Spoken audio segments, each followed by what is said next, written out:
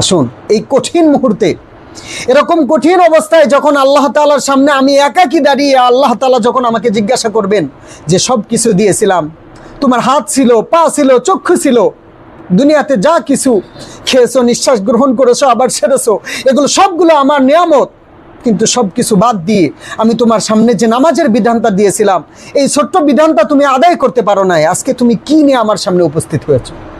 কাল কঠিন কিয়ামতের দিন আমার আপনার জবাব দেওয়ার মতো কোনো শক্তি থাকবে না। যেদিন কোনো নবী রাসূল পর্যন্ত আল্লাহ তাআলার সামনে কোনো কথা বলবে না, কোনো কথা বলার থাকবে না। কোন আম্বিয়া আলাইহিস সালাম পর্যন্ত আল্লাহ তাআলার সামনে কোনো আওয়াজ করতে পারবে না। কঠিন মুহূর্তটা, খুবই কঠিন হবে। আম্বিয়া আলাইহিস সালাম দুনিয়ার মধ্যে সবচেয়ে শ্রেষ্ঠ মানব হলো তারা।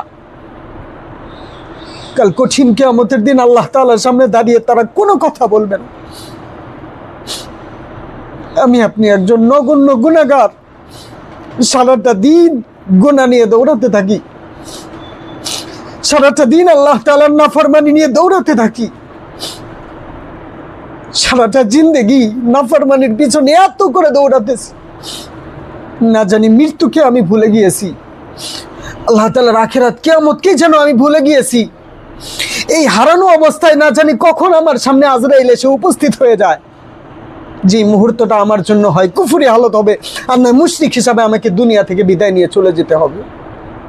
সবার কাছে অনুরোধ করি, আসুন, আমি দুনিয়াতে কত বড় ব্যাংক ব্যালেন্স করছি, বাড়ি করছি, গাড়ি করছি, সব কিছু করছি, নিষেধ করি না, কোনো কাজের জন্য আপনাকে নিষেধ করা হয় না।